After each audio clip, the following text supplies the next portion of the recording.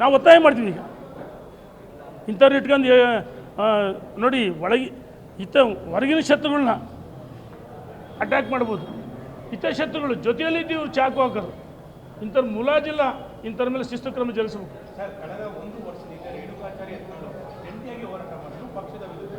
ಪಕ್ಷ ವಿರುದ್ಧ ನೋಡಿ, ಈಗ ಆ ರೀತಿ ನನ್ನ ಹೆಸರನ್ನು ನನ್ನ ಹೆಸರನ್ನು ಹುಚ್ಚು ನಾಯಿ ಜೊತೆಗೆ ತಳ್ಕಾಕ್ಬೇಡ್ರಿ. ಹುಚ್ಚು ನಾಯಿ ಬೊಗಳ್ತಾ ಇರ್ತು. ನಾನು ಹೇಳಿದ್ದೇನು, 2023 ವಿಧಾನಸಭೆ ಚುನಾವಣೆಯಲ್ಲಿ ಸೋಲಿಗೆ ಏನು ಕಾರಣ ಆತ್ಮಲೋಕನ ಮಾಡಿಕೊಳ್ಬೇಕಂತ ಅಷ್ಟೇ ಹೇಳಿದೆ. ನಾನು ಮೋದಿ ವಿರುದ್ಧ, ಭಾರತೀಯ ಜನತಾ ಪಾರ್ಟಿ ವಿರುದ್ಧ, ಯಡಿಯೂರಪ್ಪ ವಿರುದ್ಧ ಮಾತಾಡಿಲ್ಲ. ಆತ್ಮಲೋಕನ ಮಾಡಿಕೊಳ್ಬೇಕಂತ ಹೇಳಿದೆ.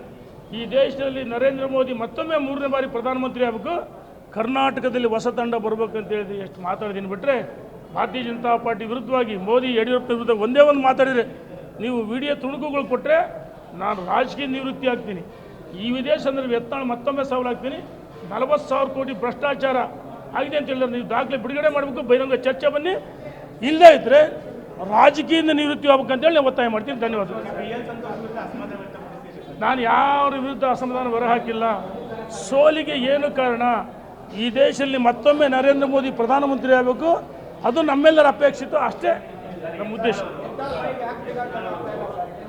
ನೋಡೋಣ, ಒಂದು ನಿಮಿಷ. ಈಗ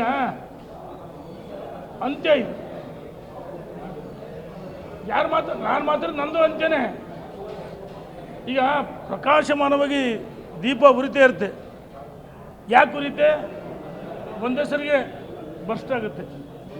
ಅದಕ್ಕೋಸ್ಕರ ಈ ರೀತಿ ಹೇಳಿಕೆಗಳನ್ನು ಕಾರ್ಯಕರ್ತರ ಮುಖಂಡ ಅಷ್ಟೇ ಅಲ್ಲ, ಜನನೂ ಸಹಿಸಲ್ಲ. ಜನನೇ ನಿಮಗೆ ತಕ್ಕ ಪಾಠ ಕಲಿಸ್ತಾರೆ ಅಂತ ಹೇಳಕ್ಕೆ ಇಚ್ಛೆಪಡ್ತೀನಿ. ನಮ್ಮ ಸಂಘರ್ಷ ಕಾಂಗ್ರೆಸ್ ವಿರುದ್ಧ ನಮ್ಮ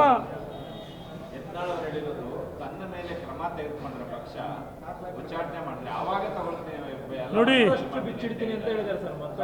ಆಯ್ತಾರಪ್ಪ, 40,000 ಕೋಟಿ ಅಂತ ಮೊನ್ನೆ ಗಾಳಿಲಿ ಗುಂಡು ಹೊಡೆದಲ್ಲ, ಅಸೆಂಬ್ಲಿ ನೀನಿದ್ದೆ ತಾನೆ.